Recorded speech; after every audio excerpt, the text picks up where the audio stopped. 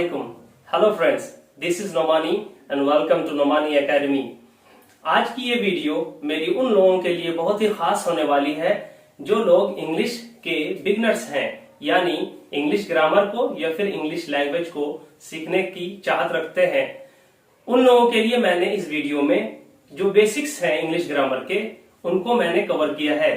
तो इस वीडियो को लास्ट तक देखें और वीडियो शुरू करने से पहले इस चैनल को सब्सक्राइब कर लें और हमारे बेल आइकन को भी दबा लें ताकि आगे जो भी वीडियोस मैं बनाऊं वो आपको टाइम पर मिल जाए।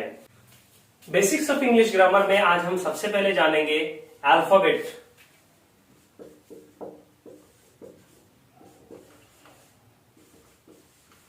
अल्फाबेट, यस अल्फाबेट, इसे हिंदी में वर्णमाला बोलते हैं और उर्दू भाषा में, उर्दू जुबान में इसे हुरूफ तहज्जी के नाम से जानते हैं।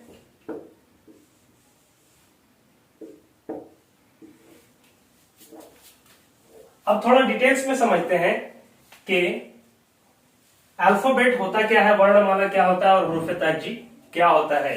तो उर्दू जुबान में भी एक ही हुरूफ तहज्जी है जिसमें बहुत सारे हरूफ होते हैं, यानी अलिफ, बा, ता, सा, इसी तरह या तक। इनको अलग अलग अगर हम पढ़ेंगे तो इन्हें हरूफ नहीं कहते, इन्हें हर्फ कहते हैं। अलिफ एक हर्फ है, बा एक हर्फ है, ता एक हर्फ है, सा, और इसी तरह से या तक सब अगर अलग अलग लेंगे तो एक हर्फ है।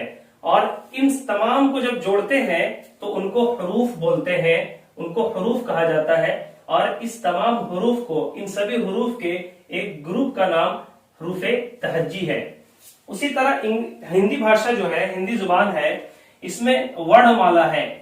उन तमाम वर्णों के ग्रुप का नाम वर्णमाला है और वो वर्ण जो है वो का,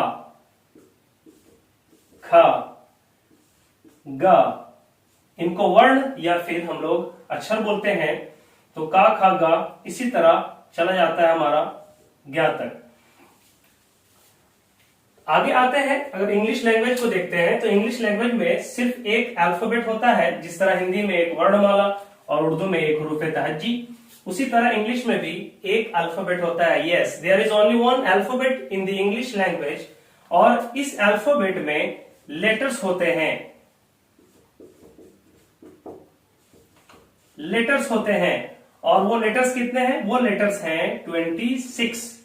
yes, the English alphabet has 26 letters and the English language has only one alphabet. English language में सिर्फ एक अल्फाबेट है और उस अल्फाबेट के अंदर 26 लेटर्स होते हैं। जिस तरह वर्णमाला एक है हिंदी का और इसमें का, खा वगैरह या ज्ञा तक होता है, और उर्दू में हुरूफ तहज्जी एक ही है और इसमें जो हर्फ है वो अलिफ, बा, ता, सा, और ये तमाम हर्फ जो होते हैं, ये तमाम जो अक्षर होते हैं, जो लेटर्स होते हैं, उनके ग्रुप का नाम है हुरूफ तहज्जी। तो आगे चलते हैं और जानते हैं कि इंग्लिश में जो लेटर्स हैं वो लेटर्स तो 26 हैं, लेकिन उन लेटर्स को कैसे देखते हैं।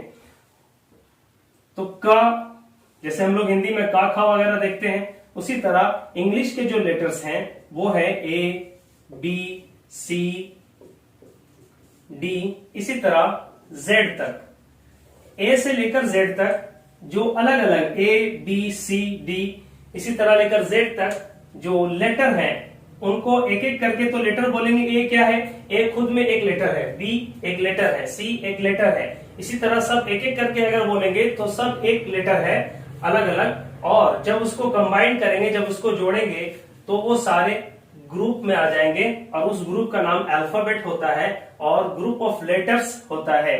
और लेटर्स कितने हैं? 26 लेटर्स हैं इंग्लिश में। और दूसरे नंबर में हम लोग जानेंगे लेटर्स के बारे में। अभी हम लोगों ने थोड़ा लेटर्स के बारे में जाना था, अभी थोड़ी और जानकारी हासिल करते हैं। तो लेटर्स जो हैं इंग्लिश में 26 हैं, जैसा डिस्कस किया गया। इन लेटर्स को इंग्लिश में दो हिस्सों में बांट दिया जाता है।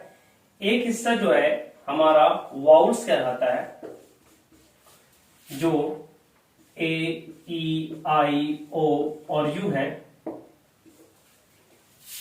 दूसरा हिस्सा यानी दूसरा भाग हमारा कॉन्सोनेंट्स कहलाता है। कॉन्सोनेंट्स यानी vowels A E I O you को छोड़कर बाकी के जितने लेटर्स हैं वो कॉन्सोनेंट्स होते हैं, जैसे B, C, D, F, G, H, J, K, L, M, N, P, Q, R, S, T, V, W, X, Y and Z. ये 21 लेटर्स जो हैं ये कॉन्सोनेंट लेटर्स कहलाते हैं, कॉन्सोनेंट्स बोले जाते हैं। हिंदी में इन्हें वाउल्स को हिंदी में बोलते हैं स्वर और कॉन्सोनेंट्स को व्यंजन बोला जाता है। उर्दू में वाउल्स को हुरूफे इल्लत बोलते हैं और कॉन्सोनेंट्स को यानी व्यंजन को उर्दू भाषा में, उर्दू जुबान में बोलते हैं हुरूफे सही। उर्दू में हुरूफे सही और वावल्स को हुरूफे इल्लत, हिंदी में वावल्स को स्वर और कॉन्सोनेंट्स को व्यंजन कहा जाता है। अब हम जानकारी हासिल करेंगे वर्ड के बारे में कि इंग्लिश में वर्ड किसे कहते हैं। तो इंग्लिश भाषा में जिसे हम वर्ड कहते हैं उसे हिंदी में शब्द और उर्दू में लफ्ज कहा जाता है। अगर परिभाषा की बात करें, डेफिनेशन की बात करते हैं, तो a group of letters that gives a meaning. ये दूसरे शब्दों में अगर बात करते हैं तो an arrangement of letters that gives a meaning. यानी यूं समझिए कि अगर शब्दों की बनावट सही है बिल्कुल, यानी उसका क्रम सही है, यानी लेटर्स को, जो ग्रुप ऑफ लेटर्स को शब्द बोलते हैं, और शब्दों की बनावट लेटर से होती है। लेटर्स अगर सही क्रम में सजे हुए हो यानी उनका अरेंजमेंट सही हो तो ही वो कहलाएंगे वर्ड। अगर उनका अरेंजमेंट सही नहीं होगा यानी उनकी सजावट और उनको सही क्रम में नहीं रखा जाएगा तो वो वर्ड नहीं कहलाएंगे, क्योंकि वर्ड वही होगा जो सही से सजा होगा और उसका मीनिंग होगा। अगर वो मीनिंगफुल है तो वो एक वर्ड है, अगर उसमें मीनिंग नहीं है, मीनिंगलेस होगा, तो वो वर्ड नहीं कहलाएगा। अगर ग्रुप ऑफ लेटर्स रहा तो भी, जैसे एग्जाम्पल के तौर पर लेते हैं, इस वर्ड को ले लेते हैं ग्रुप, GROUP ग्रुप। ग्रुप एक वर्ड है, क्यों? क्योंकि एक इसका मीनिंग है। इस ग्रुप का मीनिंग होता है समूह। GROUP ग्रुप ये 1 2 3 4 5 वर्णों से मिलकर बना है, इसे ग्रुप बोलते हैं। इसका एक मीनिंग है और मीनिंग है इसलिए एक ये वर्ड है। लेकिन अगर इसकी अरेंजमेंट यानी इसकी सजावट को हम आगे पीछे कर दें, तोड़ दें, जैसे UTROUG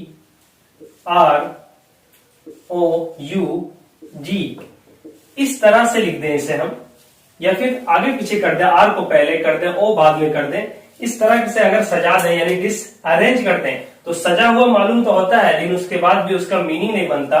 ग्रुप ऑफ लेटर्स होने के बावजूद भी एक मीनिंगफुल वर्ड नहीं है, क्योंकि उसका मीनिंग नहीं है तो वर्ड नहीं कहेंगे। इससे ही पता चलता है कि लेटर्स होने चाहिए, यानी ग्रुप ऑफ लेटर्स होंगे, एक से ज्यादा लेटर्स होंगे और उनका एक मीनिंग होगा। अगर उसमें मीनिंग है तो ग्रुप ऑफ लेटर्स जो भी होंगे, अगर वो मीनिंगफुल है, उनका एक मीनिंग होगा तो वो वर्ड कहलाएंगे। अगर वो मीनिंग नहीं है उसमें तो वो वर्ड नहीं कहलाएंगे। अब हम लोग जानेंगे सेंटेंस कि इंग्लिश में सेंटेंस किसे कहा जाता है और ये कैसे बनते हैं, इनकी बनावट कैसे होती है। तो अब हम लोग जानेंगे सेंटेंस कि इंग्लिश में सेंटेंस किसे कहा जाता है और ये कैसे बनते हैं, इनकी बनावट कैसे होती है। तो सबसे पहले जानते हैं कि सेंटेंस को हिंदी में क्या कहते हैं। तो हिंदी में सेंटेंस को वाक्य कहते हैं और उर्दू भाषा में, उर्दू जुबान में इसे जुमला कहा जाता है। इसकी परिभाषा, इसकी डेफिनेशन के बारे में अगर बात करते हैं तो a group of words that gives a complete meaning, यानी शब्दों का एक ऐसा समूह यानी वो संग्रह जिसका पूरा अर्थ होता है, उसी को हम लोग सेंटेंस यानी वाक्य कह सकते हैं। तो ये तो बात आ गई सेंटेंस की डेफिनेशन की और इसकी मीनिंग की, लेकिन अब जानना पड़ेगा हमें कि सेंटेंस कैसे बनता है।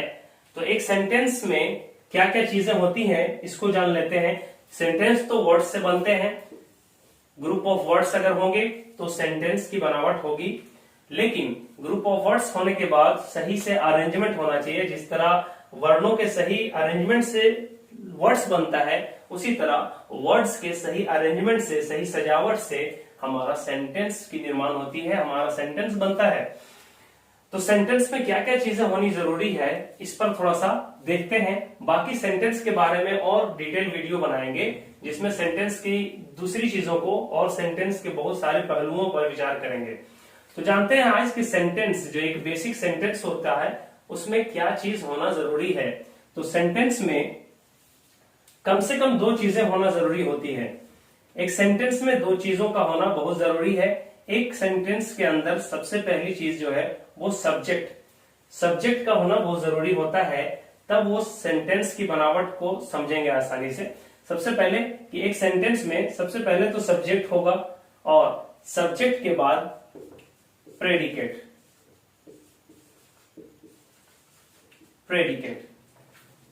एक सब्जेक्ट, और उम्मीद करता हूं आपको ये वीडियो अच्छी लगी होगी।